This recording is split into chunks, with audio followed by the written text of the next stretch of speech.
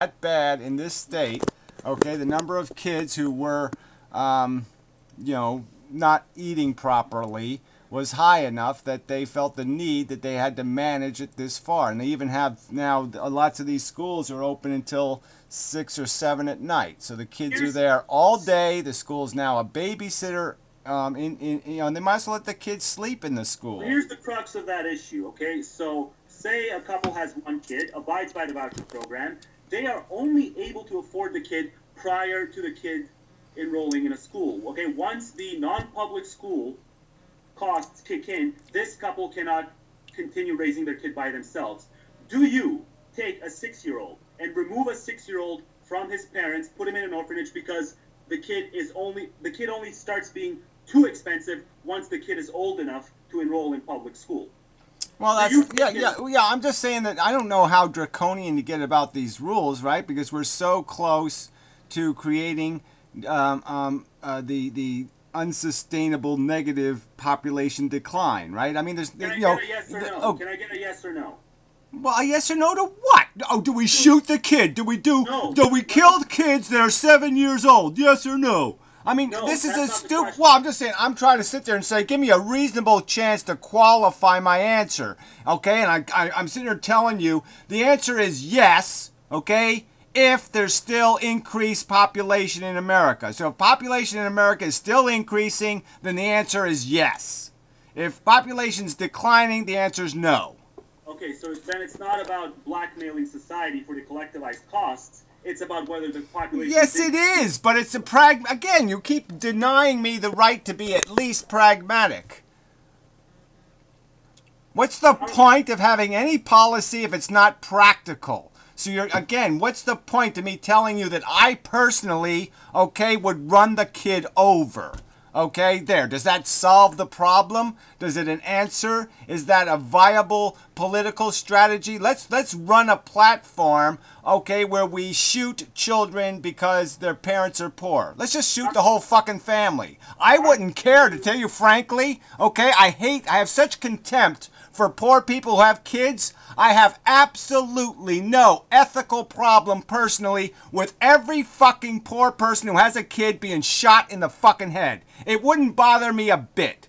I have no sympathy for them. I have no use for them. I think they're a blight on civilization. Can I make that any clearer? They're a blight. They're cruel, stupid, evil bastards. And I wouldn't give a shit if they all dropped fucking dead. There. Now, is that a viable political philosophy? No. And I understand, but you're going on a tangent. No, I'm not. You demanded it. You keep telling me I have to say it your way. Fuck you, I don't. Well, I can say it. I want to give you my statement, okay, and then we can move on.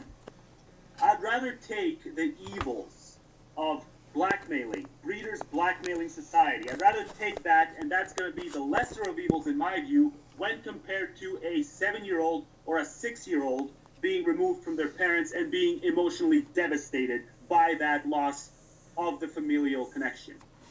And I find it laughable that if the familial connection is that incompetent, that it can't provide for these minimums, that somehow that kid isn't going to be a lot better off than being in a family that's likely got all kinds of alcoholism or some other crisis or some other bullshit. Okay? Failure, as you pointed out before, failure isn't an accident. It's often an act of deliberate behavior, and there's every likelihood that these people who can't take care of these minimums are not good influences on their children. That's why there is an 80% dropout rate in Chicago, or 85%, is because they're not good role models. They're toxic waste. How about we just ask the kid, is this too hostile of an environment? Exactly, that would be good. I'm good with that. I'm good with that. Perfect, okay, because I would not want a kid who loves his parents, and I wish I could just sit here and say that most kids don't. That would be ideal, because ideologically, yeah, then it makes everything so easy. But again, the kid's emotional trauma should be... Well, as I qualified what I said in my video, I'm saying that even rich people's kids should be able to go to the orphanage. If you're pissed off at your parents for any reason whatsoever, you should be allowed to go to the orphanage. Well, at least, yeah, as long as we give the kid the option, that's something I can live with. Now, you said the immortality pill endorsement I wrote about would not work because of the biosphere conflict, but I have already pointed out in previous sections, as well as in our last call, that the event chains, okay, so let's go event chain ABC, going all the way down to event chain XYZ, okay, now that would not be tolerated by me, even if it implicates just one non-consenting third party. So let's say letter P amid the alphabet is the non-consenting third party. Okay, so the immortality pill scenario was offered in the framework of an implied understanding that we are already in a Star Trek type future where we would not have to drag the biosphere down with us. So in that respect, if you say, okay, they can take the pills and increase their longevity and suffer if they so please, my single point is that if you say that's the case, then you are not a negative utilitarian in exclusivity. You are a preference utilitarian in some respects.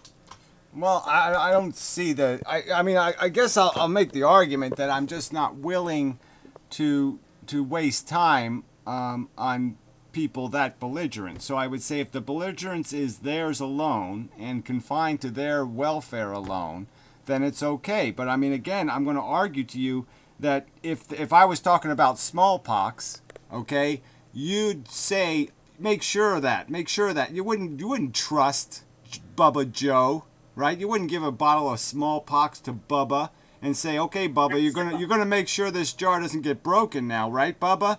And I'm not gonna give a bunch of Bubbas license to go fuck me in the end, right? They sign a contract that they're not gonna procreate. They go on the Enterprise and then they start leaving their seed all over the universe.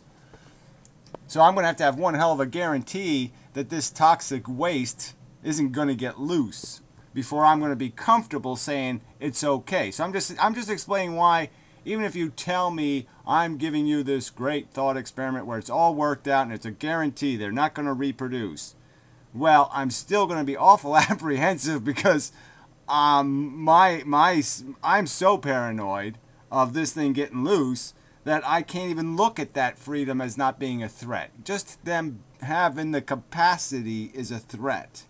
But theoretically, let's invoke a neat little crystal ball and say it doesn't end up being a threat to anyone other than themselves. Well, that's what I'm saying. I'm conceding your argument in that circumstance. I'm just saying that I can't emotionally find much comfort with that because it's not intuitive. But I'm saying if you give me absolute guarantees that the only thing they'll ever torture is their own brain, fine. Let them go torture their own brain. Okay, so then there's a difference between provisional extinctionism and unconditional extinctionism. And if you're... No, there's a difference of being pragmatic, again, and making a concession to political expediency. I mean, what do you want me to say? Give me in the thought experiment the opportunity to shoot them all in the head without going to jail, and I'll shoot them all in the head. I mean, I'm not respecting what they're doing for any other reason than you're forcing me to. If it's my preference, they're dead, okay? I don't let them loose. You're cutting me off too much and going on tangents. Well, it's not a tangent, but I'm just trying to explain. You're telling me what I'm saying, and I'm trying to say that's not what I'm saying. I'm not saying I want them free. I'm not saying I want them free. I'm just saying anti-bullshit man is insisting that they have rights, and I'm saying, okay, give them their fucking rights. But I would prefer just to shoot them.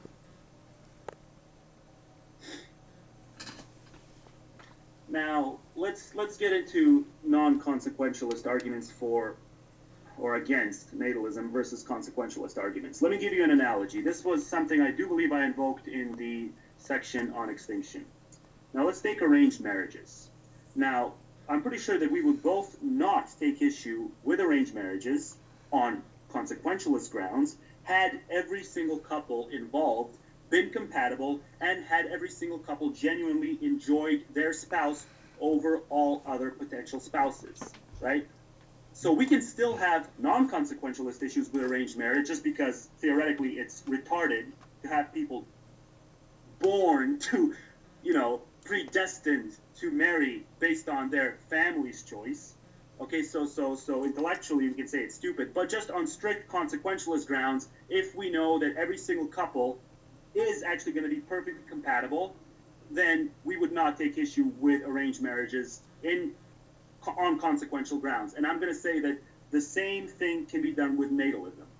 So if the familial compatibility is there, and if the child likes the parent, and if the child does not regret having been born, we can still have an issue with natalism on non-consequentialist grounds, but strictly consequentially, if they don't have a problem with who raises them, nor do they have a problem with their own lives, it's inane to make consequentialist arguments against natalism, provided that assurance. I understand in reality that assurance does not exist, and even one child regretting their birth is too much, as far as I'm concerned, too high a price. Or even one child having contentment. Well, what if the way they found contentment was the parents fed them lead paint and the kid was 30 points were knocked off his IQ, and that's the reason why the kid became content. Obviously, that would not apply. You know that would not apply. Well, I mean, it's not a full retard. He's just not smart enough to realize he's being totally game. So he's not smart enough to get the game metaphor, but he's not a retard. Paint is a non-starter. It's malpractice. It's poor parenting. Nobody's going to say that that's good parenting. So it's just an immediate non-starter. That's abuse. That's well, okay. Well, what if a woman goes to a sperm bank and picks, somebody not for their intelligence, but just because they have a super body? So he was a great baseball player, but he had an IQ that was marginal. Is she deliberately creating an imbecile? Is she deliberately creating an imbecile because she picked somebody of average intelligence? Well, let's say, I mean, I'm giving him the benefit, but yeah, let's just say he has, yes, average is pretty bad, right? So yeah, he has average intelligence. So she's deliberately creating a child who has average intelligence, and we know that average intelligence means he's probably going to end up believing in angels. There's no correlative effect between intelligence and content of belief. There's some brilliant Well, I think there probably is. You're not going to get away with that. Kent Hovind is a brilliant guy who can talk circles around most evolutionists. That does not imply that because he has these... Well, I know, but neither does that exceptionalism indicate anything. That doesn't indicate that the general theories and general norms have changed any. He's an exceptional aberration. The intelligent religious fuck is an aberration, not a norm, not a that's an improbable event, not a probable event. The probability of being dumb as a stick and religious is, the connection between those two things is quite strong. But overall, there are many intelligent people who have patently false beliefs and many retarded, well, I don't want to say retarded, okay, but many people of average intelligence or low intelligence who are mostly aligned with the facts and who don't hold to any sort of... Well, let me ask for the same benefit I gave you in some of these thought experiments. Let's just accept as the premise that no, there is a clear correlation between phantasmagorical, silly, nonsense beliefs and marginal IQ or median IQ. Anything median and below ends up with a high probability of UFO theory or truther theory or God theory or whatever bullshit theory. I do not think there's a correlation between intelligence and accurate belief versus lower intelligence and inaccurate beliefs. I think this is a product of idiosyncrasy and people's conditioning. Okay, so well, I think that is infinitely disprovable. I think there is proof based on IQs that would demonstrate. Little things, people's maturation go on to trigger huge causations as to why they end up believing things somewhere down the road. Little things that are wholly detached from the actual intelligence of the person.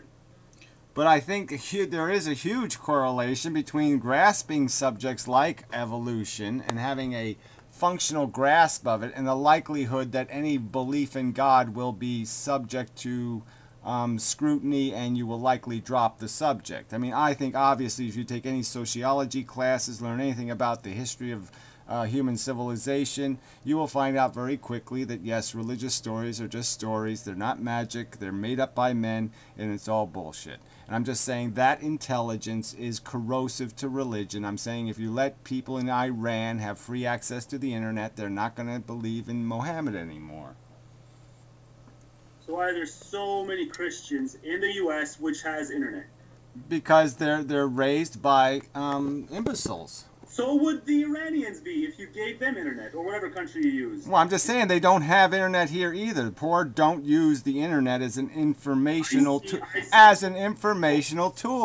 But again, it's not a lack of access; it's a lack of choice. Well, I'm just saying that I'm giving the Iranians the benefit of the doubt in the sense that if they did have free access, that they would use it more responsibly than silly Americans who are crude, culturally retarded in many ways. So I'm just saying that I think Iranian culture is probably not quite as culturally retarded as even America. Nothing's as culturally retarded as America. That's, as far as I'm concerned, a bold statement. I know it's bold, but I'm just saying it's the most trivial. Preposterously inane customs and mores throughout Europe. Well, I'm not saying there aren't mores and inane. I'm just saying that America, I think, is structurally has almost a despise of intelligence, a despise of anything with any character or beauty. It loves fart humor. America is a dirty, stinking pig, culturally. But they're emulated more culturally than any other Exactly, nation. and you think Japan, you think any of those other cultures are better off for it? No, they recognize the blight. I'm just saying, you're giving these other people the benefit of the doubt. Look at how many other cultures emulate. I know. Well, they don't emulate it on purpose. There's such a thing as Serbian Idol. They've taken American Idol and they've globalized it. Now, every little country throughout Europe, not everyone, but a lot of them, okay, they have their own adaptation of American Idol. So I'm just saying, I think you give other cultures more than necessary. Well, I'm not saying they are indestructible. I'm just saying that they had more integrity before they became American. I'm just saying that there was more class and dignity and grace before, like, even the Soviet Union swallowed the capitalist pill. Okay, so again, going back to let's just look at arranged marriages. Had all those couples been compatible ideologically, would you argue against those unions on consequentialist grounds? Yes or no? See, again, here you go with these choices. I'm gonna contextualize my answer based on the fact that regular unarranged marriages fail, okay, at a horrific 40% rate, and so the alternative doesn't look too good. But obviously, I don't see any point in forcing a marriage. Okay, so that's, yeah. I mean, you know, but arranged, suggested arrangements, maybe, I don't know. But yes, no, I'm not for arranged marriage. I'm not for marriage. Neither am I. Neither are most Westerners. But the point is, and I think this overlaps to natalism in a neat sort of way, is that should that compatibility be there between the people who will be living under the same roof, if we are assured the compatibility, then we should only make non-consequentialist arguments against it, as opposed to ones. Well, that again is if you think you're saying it's a harmless arranged marriage because you're going by this simple standard of he didn't kill her, or they both said they're happy. How do you know they would have been happier with somebody else? You know, their confirmation of their relationship might be part of the very culture that shoved them together in the first place. It might be more about just saving face for the fact that they have this tradition and they want to defend the tradition. So let's say it's the best of all worlds and we know it, right? Well, I know, but you're not going to be able to do that with natalism because, again, I'm going to argue that this philosophical perception is a lot different than, you know, it's like somebody being raised vegetarian and raised to eat meat. Okay, if you never know the addiction, you can't, you know, you're not going to sit there and migrate by some sort of force to eating meat. You know what I'm saying? I mean, it's likely not going to happen if you're not initiated into the behavior. So if you're not turned into a food pervert, you're not likely to become one. And so natalism is a lot the same way, is that I'm saying that the idea of not recognizing the huge the God playing responsibility of producing children is something indoctrinated into kids. It's not something with the native perception or the rational perception. It's the irrational learned perception of these negligent, reckless lunatics that get into these roles as role models. And they're reckless lunatics. Well, let's move on. Now, I'm going to give you a statement. Let me know if you think that it's in some way inaccurate. Okay, so meaning. Meaning cannot be pursued. Meaning can only be constructed. You tell me if there's anything wrong with that statement. Meaning cannot be pursued. Meaning can only be constructed.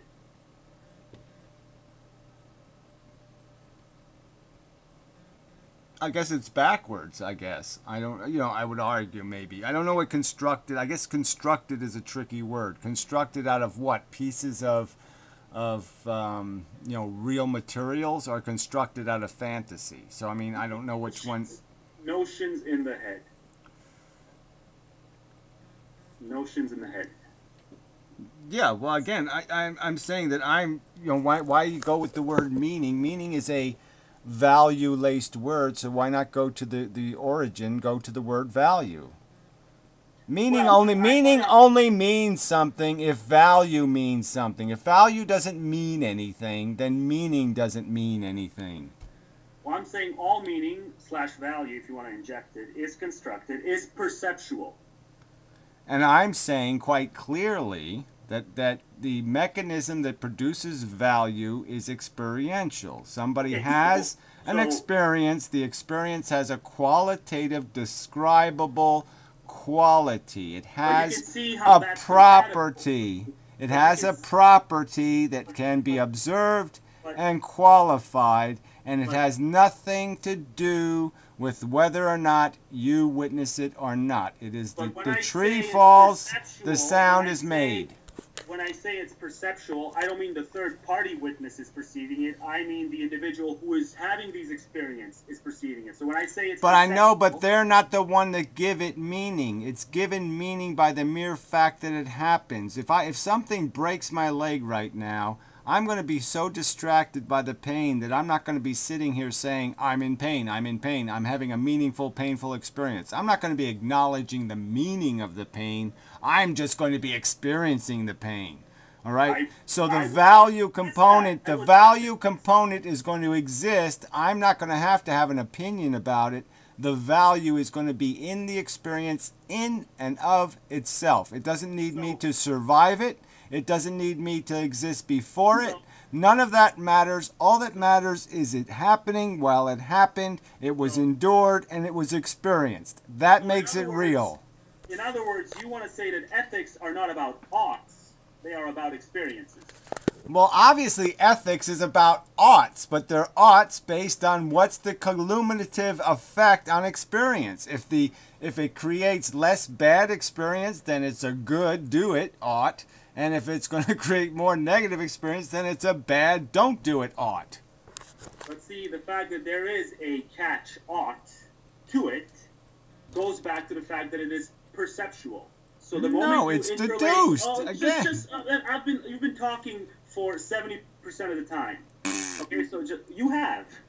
So I'm just saying, the moment you interlace ontological realism with moral realism, as you insist on doing, you have to believe that there is no difference between the falsity that 2 + 2 = 5 and the falsity that, for example, average well-being trumps total well-being. And the moment we get into the meticulous aspects of it, like the 100 harm units being distributed among 100 people versus 99 harm units being distributed among one individual, we see just how arbitrary it is. Whereas with something like ontological realism, there is no arbitrary aspects to it once you get into the devilish details. Oh, yeah, there's no arbitrariness to it except for the fact that it's so vague and undependent on outcomes that you could basically end up with a nuclear war and everybody's blown up and horribly burned to death slowly based on some good intention.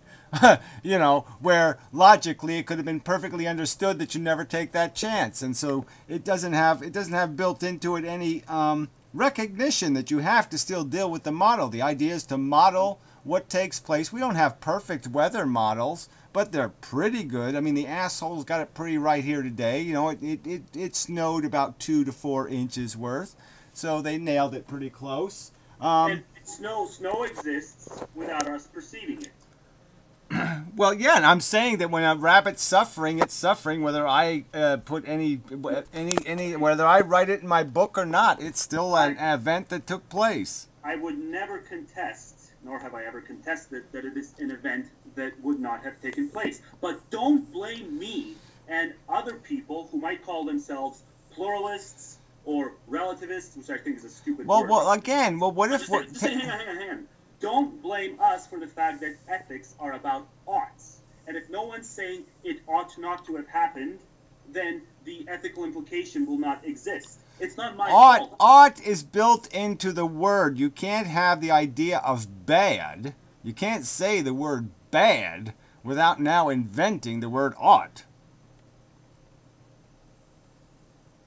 Harm implies the word ought. I mean, ought not to have harm. Duh. Ought not to have repulsive. Duh. Any Stoic can just make the same connection with their Stoic values and say that there's an intrinsic ought applied to it. Anyone can play the game. I'm just saying, what game are you saying I'm playing? I'm just saying if a Stoic comes up with a math that based on what should, that the outcome should have a net productivity, then fine. But that's not what a Stoic is doing. A Stoic is just saying, if I procedurally turn the car on correctly, I don't have to worry about whether I run over a child or not. And that's nonsense. Let's just say the net effect is truth itself as opposed to harm versus non-harm. I don't want to say pleasure, but I'll just say non-harm, just seeing as how I'm discussing it with you. I appreciate it. I'm just saying both claims are unfalsifiable empirically. So we have to grant that they are notional, so we have to grant breathing room in some respects.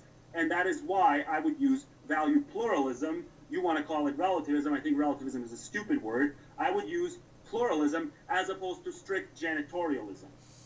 Well, it doesn't matter, in my opinion. It doesn't have anything to do with the fact that there's this thing called productive and not productive. There's a thing called efficiency and inefficiency. You either are minimally efficient or you are not. And what your intentions are irrelevant. So if you don't cross the finish line first, you didn't win the race. And your proposal is unfalsifiable. Well, I mean, unfalsifiable how? I'm saying unless you can falsify the premises, yes, it's unfalsifiable. But I'm just saying that no value equation, no value statement could ever be falsifiable with some sort of material evidence. It can only be falsifiable with a reasonable counter-explanation. And what I'm going to argue is that there is no reasonable counter-explanation if I give you two scenarios and they provide no other way to look at it except that, yes, we ought to not do that, and we ought to do that. There are a million of those. I can give you a million exaggerated circumstances where I exaggerate the positive and negative value, and there is no conceivable way you could ever say that, yes, the ought doesn't exist. The ought is intrinsic and fundamental and can't be rationally countered. There'll be no rational counter argument. You won't be able to make a single statement that makes any sense saying don't do it. Seeing as how you agree that it's perceptual, whether the witness is perceiving it or the harm subject. I'm not going to argue this perceptual. No, I don't agree that it's perceptual. I stated it. The value is value is a product of an experience. It is not a perception. I do not need to interpret my fucking broken leg for my broken leg to mean something. So then you are saying that the statement, the universe does not do ought, is a false statement. I'm saying the universe doesn't do ought. And I'm saying quite obviously the very idea that I have value math is automatically saying I do ought. Of course I do. There are negative outcomes and positive outcomes. There is efficiency and inefficiency. There's productivity and destructive. These are things that you cannot possibly have without an ought. Okay, so oughts are not notional in your view. Oughts are a definition of the qualitative value equation product. Yes, if you want the product to be maximized towards perfection, you must obey oughts. You must have oughts to get there. And all I'm going to say is that it is, by its very nature, an unfalsifiable statement if we're going to deal with empiricism. Yeah, well, I'm just saying unfalsifiable materially. I'm saying it is falsifiable by a piece of logic. You could make a counter argument explaining how negative conscious experiences are not intrinsically bad things. That they are somehow intrinsically, if I make one conscious experiencing entity called Frankenstein's monster, I put him on the moon and I give him a horrific headache, and he has no other function, he just experiences horrific headache, you can't give me a rational reason for that thing to be created. I cannot, because with me doing such a thing, it does simply, the task does not resonate with me. So I cannot argue that that would be a good idea, because genuinely such a task does not resonate with me, and it screams nothing but negligence and malice. Well, regardless of what it screams, I'm just saying that it's a circumstance that ought to be corrected for. It's a circumstance that must not just be left alone if there is no compromise of anything's welfare to correct for it, then you correct for it. If correcting for it is in the realm of possibility and economics, it must be done, or else you neglected to take care of a problem. You fell short of your productivity. Okay, so the end statement is that reality does ought. Reality itself does value ought. Imposes ought, yes. The existence of material or real value, absolute value, imposes oughts. And this is why this will be the absolute last you and I are ever going to, we're not going to cross this bridge again, because it gets so painfully circular. I can recite your arguments for moral realism verbatim. You can recite my arguments probably for pluralism verbatim, and there's simply no fruitfulness to this. We know each other's positions. We know we can recite each other's positions. There is a fundamental different way of interpreting this issue between us. We do not reject any fact, but it just comes down to how we look at it. I'm saying value cannot impose ought. Oughts are notional. You're saying it's simply an intrinsic value math that is self-generating, self-evolving, and self-asserting. Okay, so to me, this is absolutely useless, and it cannot be anything other than circular. So seeing as how it can be anything other than circular, I'm going to move on. Okay, well, I'm just going to argue I think that's a silly diagnosis. Obviously, there's always some reason why people disagree. It is deterministic. Logic is linear. Logic is constructed. So obviously, there is some nuance. And if we have the electron microscope and we look at these two things, maybe we can find out why this butterfly flies and why this butterfly doesn't.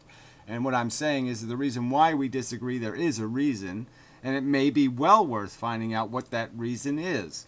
Because to me, yeah, it is so profoundly obvious to me. It's not like this isn't like us disagreeing about, some subtle variation in color on a car or something, or smoothness or some other. This one is I'm so confident of this one. You know what I mean? I would risk I would go to hell forever. I understand. Now, okay, I guess we're not done after all, because I'm just going to give an analogy. That train of thought, it's a specious line of reasoning. It resonates with us, but it can also be applied to prove, quote unquote, something like cinema realism. Because let's say that there is an abomination of a film. Let's stack it up next to some of the greatest films of all time, and it would seem preposterous to say that we cannot in any factual way say that one film is better than the other, because the two films we're comparing, let's say we compare something like 12 Angry Men versus something like Showgirls, okay? So there's obviously, to us, it resonates that the two films are of a tremendously different quality. But we don't have to be cinema realists to argue that one is better than the other. We can acknowledge that there's nothing factual about our claim and not be humbled by that fact. And I'm going to say that's what it comes down to when it comes down to ethics. I know, but they're just saying all value is projection. I'm saying yes, no. Some values are projection. If you tell me chocolate ice cream is better than vanilla, that's simply a subjective projection of your programming. Okay, your conditioning, your maturation, your exploration of Earth, and that's the conclusion your brain made. But when we are talking about, well, let me just finish this sentence. But when we are talking about the fact that there is a brain over there in pain, that is no longer chocolate ice cream. That is not vanilla ice cream. That is not strawberry ice cream. That is a specific thing that has no other definition. There is no definition besides it's in pain. It's bad that it's in pain. These are true statements about its condition that can't be refuted, that can't be overturned, that can't be logically denied. But it doesn't entail that the subject is saying, I ought not to have experienced this. It's not about the subject. It's not about the subject. How can it not be about the subject? Because I'm telling you, value isn't an opinion. It's an experience. And that's another thing that I can recite, that you say all the time. I understand this position better than most people who would challenge you because I held this position for a number of years. So, again, if it's not the I'm just saying, I mean, I can't make it clear, okay? I'm saying quite clearly, value is not something we project onto the world. It has nothing to do with our opinion. It is something generated by experience. If there's no sentience, there's no value. If there's no sentient creature having experience, there's no value. We make value like coins flying out of our experience. And they're either coins that are black or coins that are white. And that's all you do is you just add up how many white coins are created and how many black coins are created, and you figure out whether you're running a deficit or you're running a profit. But that's all there is. Even by those metrics, which are, you can just say welfareism, for example. That's the short end of it, what you're describing. Well, I'm not going to accept your derogatory categorization. That is not what it is, but I don't care. I don't care. Go ahead, finish whatever your slanted recontextualization of what I just said is, but I'm just saying, go ahead. I did not coin the term. It's a subcategory of consequentialist ethics. I did not coin the term. Who cares? I'm not accepting the term. I'm not accepting it, okay? I don't care who coined it. He's an asshole. I'm not accepting it. Well, people at Stanford accept it. I don't care. Can I say I don't care loud enough? I don't care if Albert Einstein said it, and I love Albert Einstein, but I just don't care. If it's about the welfare itself, why would you say it's derogatory?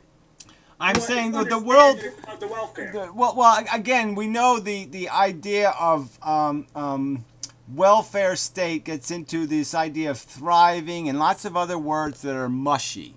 Okay, and it's not about that in some, because again, now we're talking about whether something believes itself to be having a good time or doesn't believe itself to be having a good time. And what I'm saying is the value is generated on a more visceral level and has more to do with the sensation producing engine itself. But it doesn't matter. I'll accept your rhetoric for the purpose of your final statement on the subject. So go ahead, call it welfareism. I just don't like the word welfareism.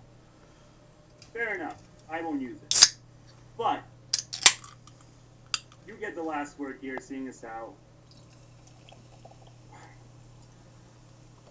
you get one person enduring 99 units of hardship versus 100 enduring 100 units of hardship. You're saying it's all broken down to the quanta. Obviously, you're going to say the one person should endure the 99 units, and I'm taking your squared aspect into the consideration.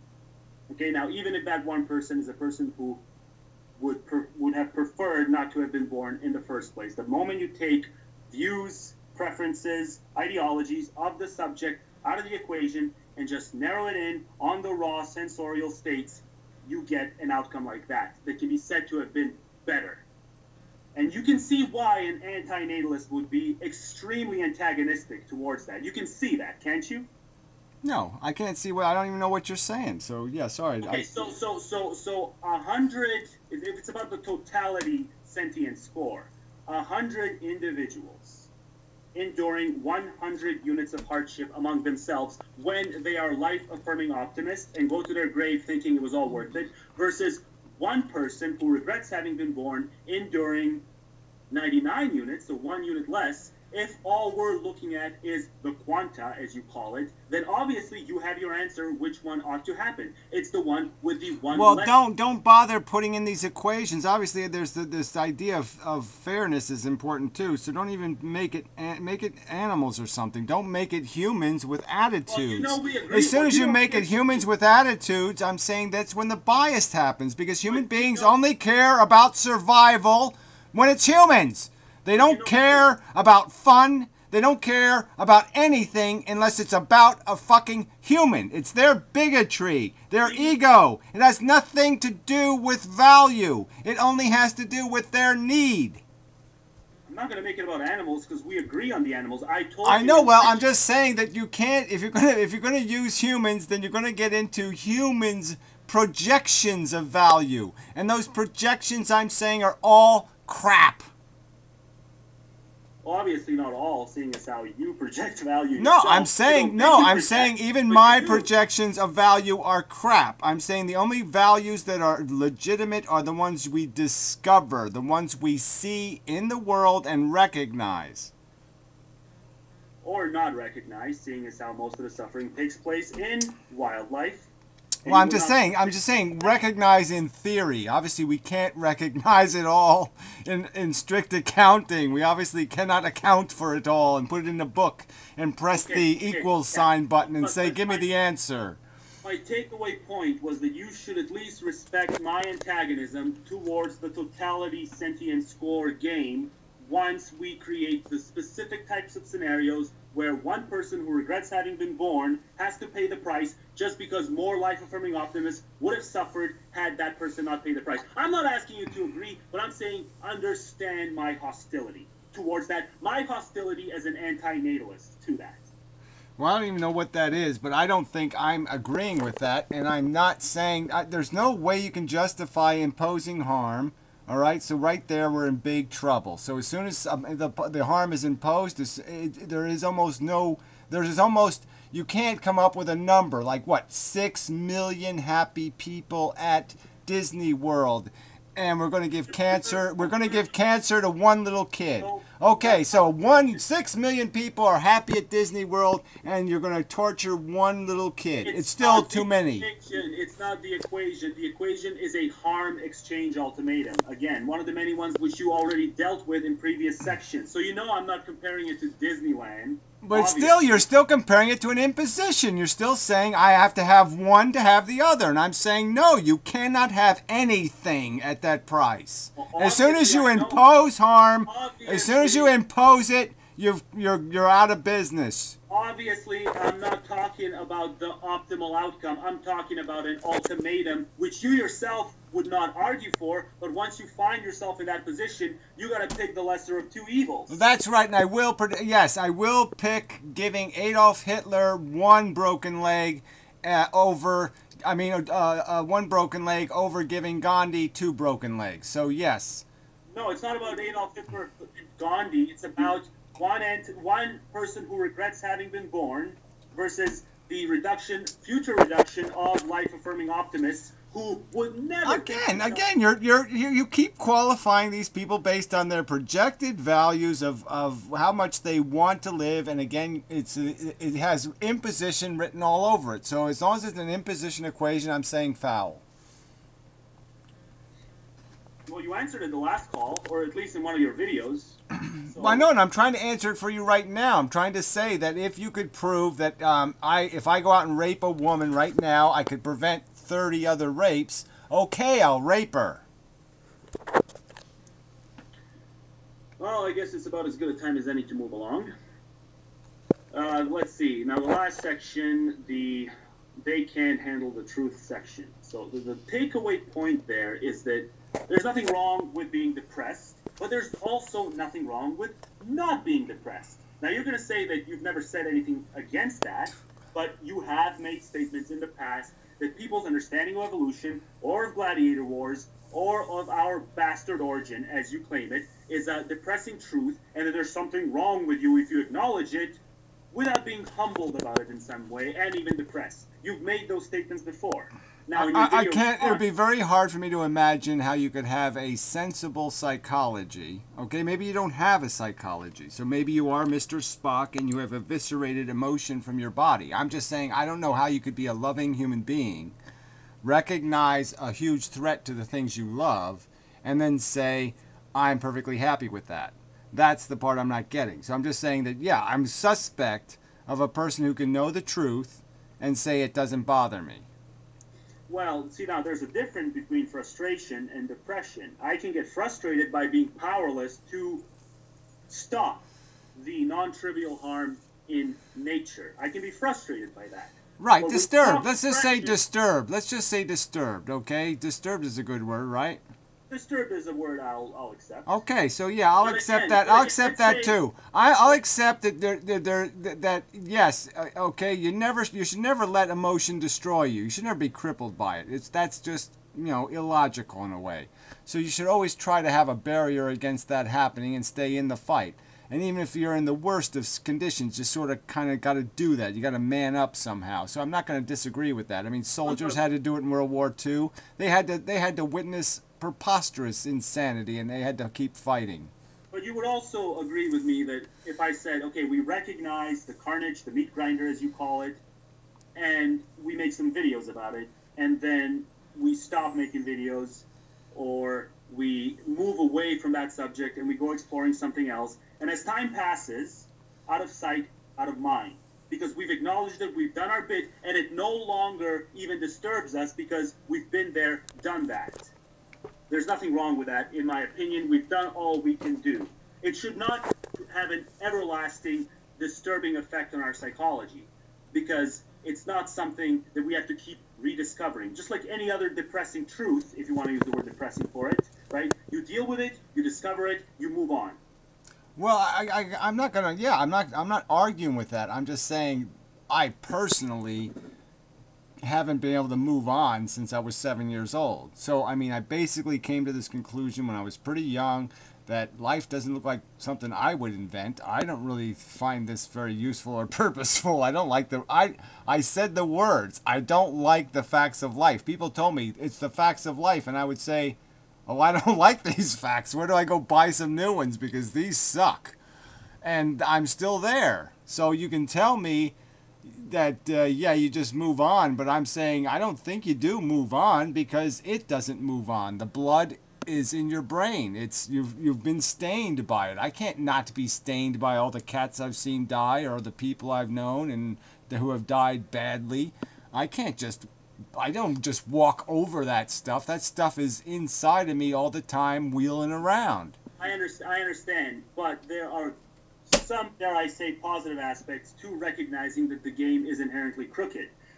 Just like if you were to lose a game that is crooked, let's say a sporting event. I'm just saying I agree with you.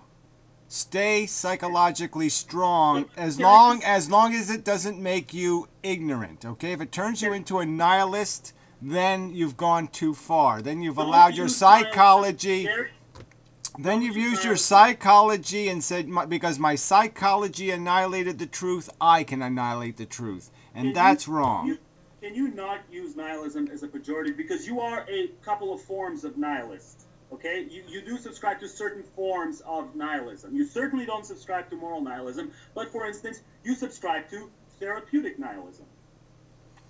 Well, I don't even know what therapeutic nihilism would be, but I'm saying, obviously what I'm talking about, nihilism by itself, the single world nihilism, we know what that means, and what that basically means is people who annihilate the idea that reality is anything other but than their projection, that they are allowed to make it up.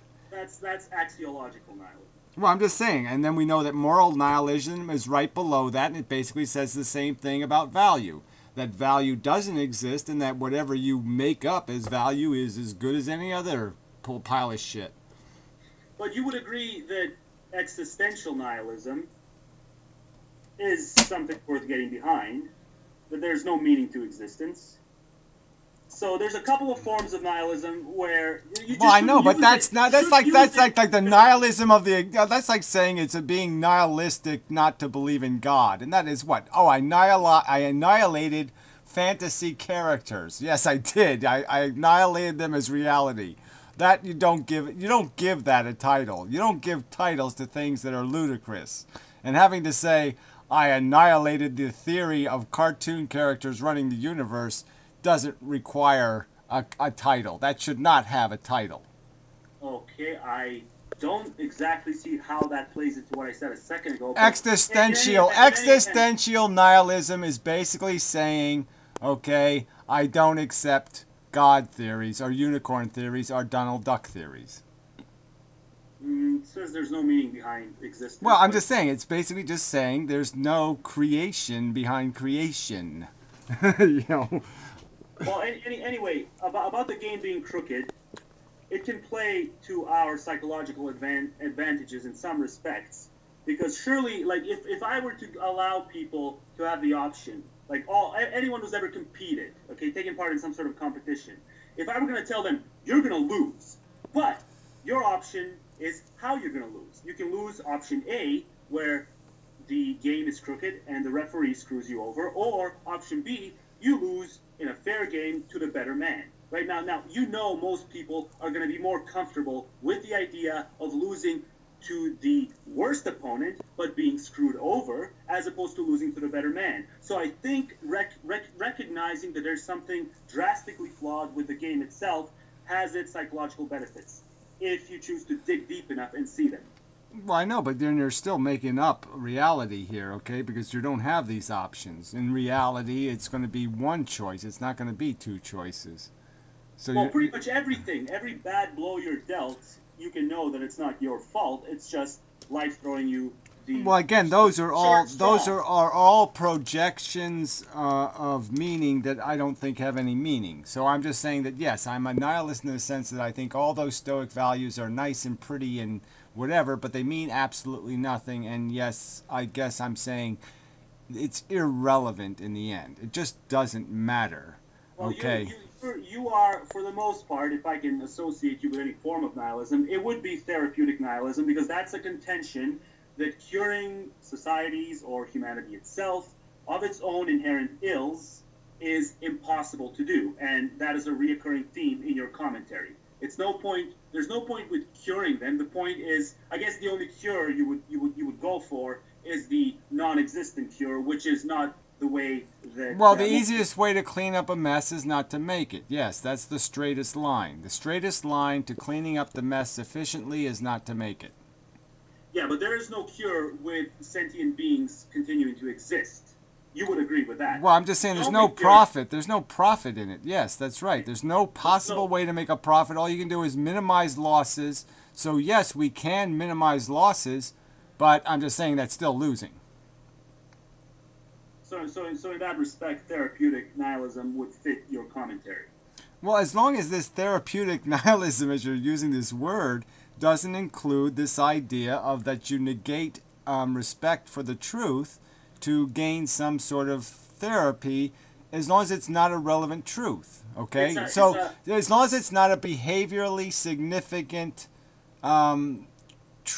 perception that's being compromised. So yes, compromise all of it, as long as it doesn't compromise your behavior. Well, it's a specific truth proposition in the first place. Then there's no point to try to, I guess the Band-Aid solution. It would look upon everything as a Band-Aid that's not going to stick. Exactly. Yeah, let's spend the money on cures. That's the way to go. Yeah, so that's the logical deduction, I think, points in that direction. But obviously we can't know all of those answers ahead of time, so it makes, saying it explicitly or say it absolutely doesn't make much sense in our circumstance because we don't have enough information. But I obviously would say that, yes, the tendency is cure it, don't treat it.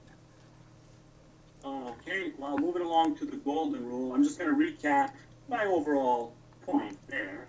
Because if do unto others is the precept, then you know there's no getting around the fact that people who appreciate having been born and appreciate having been around their family throughout their whole lives are not going to be able to do what you said they would do in your video response to that section, which is you view their own lives as just part of this usury mechanism. You know that's not how they're going to see it. So the moment you legitimize the precept of the golden rule, you do give leeway for natalism to be the aughts mission statement. Well, yeah, that's only if we concede that people are allowed to be illogical in not recognizing the full extent of what they're doing onto others. See, they think, like, say if I give my best friend something. Now, some people could say, oh, that was so generous of you, Gary. But no, what Gary's really doing is he's saying, if I do this guy a favor now, okay, he'll give me, maybe he'll let me borrow his car, and, you know, I can go pick up his ex-girlfriend, and blah, blah, blah, blah. You know, I might have a whole agenda that has nothing to do with being at all generous, and it really just has to do with my own blah, blah, blah. So I'm just saying, if somebody said to me, well, would you want somebody to do that onto you, Gary, where you just manipulated the fuck out of that guy? You gave him $10. It looked like you were doing him a favor, but really, you are fucking him over. Well, even the Elephant Man did not hold his parents in contempt. Well, that's his deal, okay? The Elephant Man, you know, I'm sure there were other Elephant Men who drowned in their own vomit on the street, and I'm sure they cursed the fuck out of their parents. So the fact that the one who got famous was kind of a nice guy, you know, okay, so saying, what? I'm just saying there's enough examples for us to be very wary of the golden rule, and it's probably best to avoid it altogether.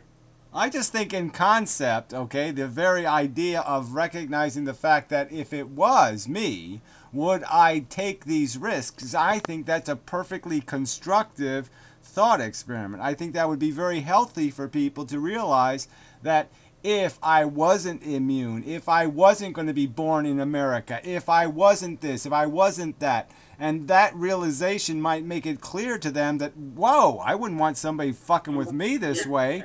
I wouldn't want somebody dangling me in front of these sharks. See, my experience, I've actually spoken to people about these risk equations and about the worst possible outcome, and they are not the least bit humbled by it. They said they will take it any way they can get it. Of course, it might just be talk. Exactly. But we can't verify that. So I think it's best to just play it safe and to leave the golden rule the hell alone. I think it will do. I think it can do corrosive actions. I'm just going based on maybe my own experience, but I'm just saying that the thing that built more character in me than anything else was doing this simple thing of saying, what if it were me? Okay, I mean, I looked at my sister. I had a twin sister, and I said, you know, and so I did the little thought experiments of just saying, what is she seeing? You know what I mean? Because, you know, we were opposite sex, so that sort of made it interesting. Because here we are twins, we have a lot of sameness, and yet we have this difference. And so I would start thinking about what would it be like to be, what was her perception of what's happening? What, you know, something that's happening to a third party, and she's having a reaction, and I'm having an reaction, and I would actually think about what the difference is between our reactions. And I'm just saying, I thought that was incredibly therapeutic behavior in terms of humbling me and putting me in some kind of perspective where I was much more aware of the fact that everything I do has implications. Yeah, but the problem is that's not the conventional thought process. The average I concede your argument that, yes, the golden rule as people understand it is a piece of crap. Okay, so I agree, as is real gold is a piece of crap, you know, the way people have abused it. You know, its real value is being underappreciated. But yes, so I'll concede your point that for most people the golden rule may not be a very useful instrument until they understand how to use it right. Okay. I guess before I turn it over to you, I'll just point something out. I was listening to Stickham, and something about my, you know, extensive blog post suggesting that there's something pathological about my willingness to criticize overbearingly. So let me just point out that I haven't written a single blog post. I haven't written anything since March, right? So if we compare my output to the average blogger's output per year, even though I wrote this extensive blog post, I still contribute far less. Like, even if you just go letter by letter, I still contribute far less to my blog on a yearly basis compared to 90% of bloggers, okay? So what I simply like to do is I don't like to do separate, because you can really count this as 23 separate blog posts posted at once. And now, had they been posted separately, nobody would be talking this pathology talk. Well, okay? I know, but they're just doing. One more thing. I work on these things during slow periods of my work, and that's also when I listen to a lot of your MP3s, and so I have time here and there. It doesn't necessarily take up all my time. So I just want to put that out there because somebody said something about even using different, even like using synonyms for supposedly. Yeah, you know, I'm not going to write supposedly 300 million times. If I can use a synonym, I'm going to use it, regardless of whether it sounds fancy or not. So I don't go out of my way to sound fancy. I just don't like using the same word over and over and over. And somebody, one of the guys even said that somehow he applied this stupid Freudian analysis that somehow it suggests low self-esteem or something. No, it's simply I just like some variety in the text. When the text is really long, I like to sparkle it up, so to speak. You're right. I know. Well, look, we're all subject to these people impugning our motives and our integrity and our psychology and all that stuff. So I'll concede your argument in defense of yes, what has on the face of it, what it looks like on the face of it, like some kind of Unabomber, kind of insane minutia. But, yeah, I appreciate it, actually, and I appreciate you going to the trouble and using me as an example, so I don't find that all negative. But, yeah, I also don't appreciate the fact that you don't really give me any respect. I mean, compared to every other friggin' philosopher on YouTube, who's come up with more original ideas? Who has challenged more status quo stupid ideas? Who's come up with more good logical theory about how to approach certain arguments? I mean, fuck, I deserve a little bit of credit. Well, I'm not calling you your majesty. I'm not asking you to, but I'm just saying you're calling me quite the opposite in the substance of this blog, and that's why I find it a little bit obnoxious. But that's just like, obviously, who wants to be bludgeoned over and over again with accusations of duplicity and hypocrisy? Well, if there is any sort of contempt there, it is because during the last squabble, you took away my analysis and you said flippantly in a video that I want to allow individuals to impose smallpox on societies, simply because I said that they should be allowed to impose smallpox on themselves in an isolated setting. So you never apologized for that. And if anything was the driving force behind the contempt, it sure as hell wasn't a 4-year fucking old video on a subject that I don't even think about. It was the fact that you, 8 months ago at this point, I guess, said that I want to impose smallpox on societies. So please cut the bullshit about the 4-year-old underlying motives. Cut that shit out.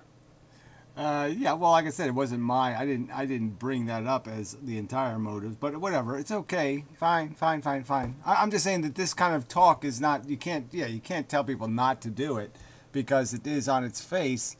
It says something about, obviously, how you spend your time and what arguments you think are worth making. And so, again, it is, in my opinion, it's really pointed. So yeah, some of that anger, or not anger, has to be accounted for. And then my only criticism on the word thing, you sort of asked for it. Like I said, I would argue that as soon as you use a word that only 1% of people are going to know what the definition of it is, that's a mistake. So anytime you're writing something and you use a 1% word, that's a mistake. I don't think ostensibly, instead of supposedly, is going to be understood by 1% of the population. And I am not somebody who hangs around in academic circles, so I don't have these high standards the way some other people on this site do. So if I'm telling you... Well, that's not the only word I would have criticized, but I'm sure I could find a few words in there that were not words that would be a 10% word or a 30% word, or even a 50% word. They were 1% words. Well, but you're right. I'm just saying I personally just don't go for that crap. That's all. I'm just saying I don't go for the crap of using a word that's just a stumbling block to communication. Well, I don't know. I think what's a stumbling block is repeatedly using the same word over and over again when there are perfectly good synonyms that can apply. Well, contextually, yes, sometimes you can be rescued by these synonyms, but I'm just saying that sometimes it's very dangerous to use a word that isn't understood. So that's all I'm saying. That's all I'm saying. I said it, and that's what I said. So yeah, I just don't like it. Okay, well, before I turn it over to you, yeah, no, I was serious about the donations, though. I'm willing to donate. I know other people who will be willing to donate and make certain requests of you. For example, do you still have Tranquil blocked? Well, I unblocked everybody just well, a while back, but I might have reblocked some people. But I don't think he's blocked on. Okay, well, can you unblock Tranquil because he's willing to donate to a lot of animal shelters that he knows and has worked with firsthand if you follow through with some of his requests about certain things that might only be demeaning to your bullshit ego, which you identify as bullshit ego, so it shouldn't matter anyway. Well, again, I get to choose. As long as I get to choose where the money's getting donated, and I have to find a place to donate. Because I already had this argument with Tranquil. I don't even like what their animal shelter. I mean, they're taking feral cats and forcing them to become civilized, and I find that horribly cruel. That's not all they do, though. You know they do relieve real, non-trivial suffering. That might not be all. Well, I'm just saying. I'm just saying, but they impose and off. They do. They like to do. They like to do surgeries. They like to cut the nuts off of these animals. They like to do all that shit because that's their living. And I'm just saying, some of that I don't go for that crap. Well, what if it's just a subsidy of an abortion clinic or something? Yeah, okay. I'm just saying there's some things I'm all for. So yeah, killing babies. Yeah, okay. Can't find anything wrong with that. Okay, yeah, so that's all wins. Zygotes, and all Yeah, that stuff. yeah, whatever they are, whatever you want to call them. But yeah, little human squigglies. Well, even I'll give some leeway to non-consenting parties, and technically, that is what a baby is. But I still wouldn't go so far as to actually do it. But I can understand not criticizing it. But I wouldn't do it. Like I could never do it. So that's my commentary for that. So I'll turn it over to you. Yeah, I don't know. I mean, for me, this is all about, a couple of fundamental problems we're having in terms of perceiving the world. So I'm just saying that this value thing as a reality thing is important, in my opinion. Yeah, I mean, Even if I agreed, then I would still take issue with total versus average well-being and the reduction manner we can do that in. So my scaling would still be different, even if I were still a steadfast moral realist. So it doesn't just come down to well, I don't know how you could possibly do that if you saw it the way I see it. Like if I gave you the analogy that it was creating an actual substance that you could measure with instruments. Well, in the sense that Randians are moral realists, but they can disagree with you. In that same sense, I would disagree. It would just not be that preposterous of a disagreement. Well, I'm just saying that it still wouldn't go to the logical core that I'm expressing, is that obviously the value is not negotiable. It's not something we get to make up. That we're kind of obliged, once we've identified the positive and the negative, to understand that that's exactly what once we've identified the negative and the absence of negative. And that's why you should just use the word disvalue. Well, I know, but disvalue. I mean, again, I'm not. Maybe I can get comfortable with it. Okay, I'm just saying. But when it's like the ephilism argument you made. If I start just filling my commentary full of words that people have no understanding of and don't know what they mean, then where am I going to go? Well, I said ephilism can be interchangeable with unconditional extinctionism. So why not just say unconditional extinctionism? Most people behave like unconditional extinctionists because they... I know, but extinction is in itself a derogatory description of preventivism, right? Because the goal isn't to make things extinct. The goal is to make them not exist by procreation, by force. So it's non-impositionalism. It's a lot of other things, but I don't even think of it in terms of extinction. I think of it as prevention. But the moment you say most people behave like anti-natalists because they reproduce at a rate that's insufficient to maintain human existence, you are assuming that every anti-natalist's goal is total extinction. Whereas like with me, like I pointed out with the analogy to arranged marriage, on consequential grounds, if there is ideological compatibility and if the minor does not regret having been born from cradle to grave, then I'm not going to make a consequentialist argument against I know, that. but that argument was used for a specific purpose. So it's like me saying, like in an Arab culture where they don't drink, it's like me saying they're already behaving like non-drunk drivers, right?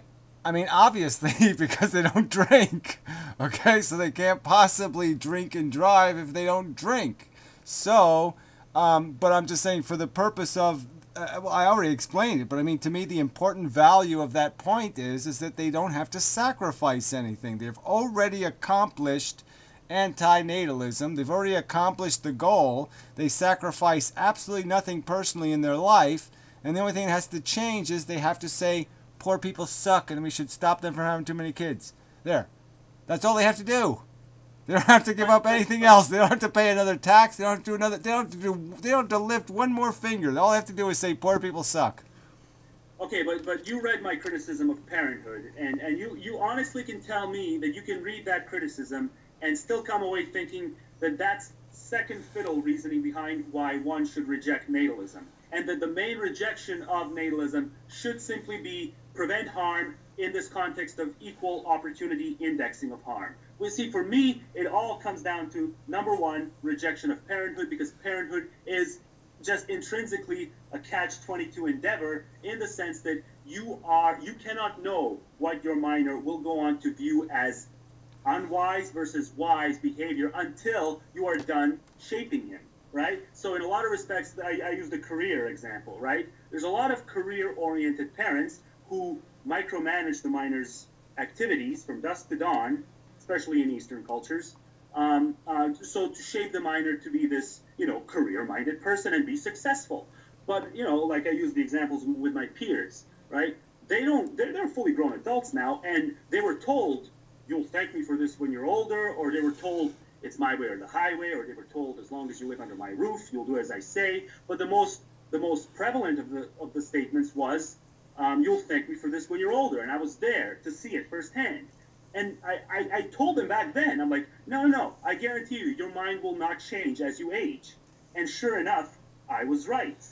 So there's a lot of instances of parents assuming that they've got this correct formula on how a human being should be, and that has to be the formula that they apply. And well, I know, but there's no point in talking about that in the sense that, in my opinion, just because it's such a mixed bag. I mean, it's, I mean, we could go based on statistics. I mean, spanking versus no spanking, allowance, no allowance. What age should the kid be before you allow them to make decisions about, going to work? What age should? I mean, this. You could end up writing volumes and volumes and volumes of books analyzing statistical outcomes and trying to figure out what's the best way to manufacture yourself a human being. But we've seen it work, right? We've seen the Tiger Woodses of the world, so it obviously does work sometimes to manufacture, but obviously there's a price to pay for that because a lot of times it fails. Yeah, and just the initiation of that. It's not so much about the fact that minor is born, minor will suffer, minor ought not have suffered, even as an adult. It's more about the fact that the undertaking of parenthood, natalism itself, all these building blocks of the natalist philosophy, familialism plays into that. Okay, it is obscenely arrogant to think that right. Well, that's that. We could agree right there. It's obscenely arrogant to think you can play God, because you can't. You can't play God. You can't create this thing. This thing is going to be created by forces outside of your control. You will not be able to control the experiment, and at any time it can melt the fuck down, and you won't have any recourse. You won't have any solution to that meltdown. I just think when you put a lot of emphasis on just the suffering itself, it does you a disservice, as opposed to these other control freak tendencies of parenthood, which might work, but even the lax progressive parenthood formula can fail. And it's always going to be too late to tell when it fails, because you don't know what a minor will go on to conclude once the minor turns into an adult. So I think that's the better angle to work this issue from than the pure mantra of negative utilitarianism. Yeah, well, I disagree, obviously, but whatever, it's okay. I mean, you can have your angle. I'm just saying the arrogance of the parents is, to me, an obvious fact, and the lack of controllability of the experiment is an obviously fact. But I mean, I'm still going to argue that the more important fact is that the experiment does not need to take place, and your only potential is to make less of a mess. You have no potential not to make some kind of mess. Okay. It's been going on for about 2 hours. I don't know if you even stopped recording once we failed the call. No, I'm you know, yeah. This one camera says way more memory than I got on the camera, so hopefully it's okay. But yeah, I got the first 40 minutes good. I got the other on an MP3 probably. I mean, I covered my bases a little bit, but I'll end this.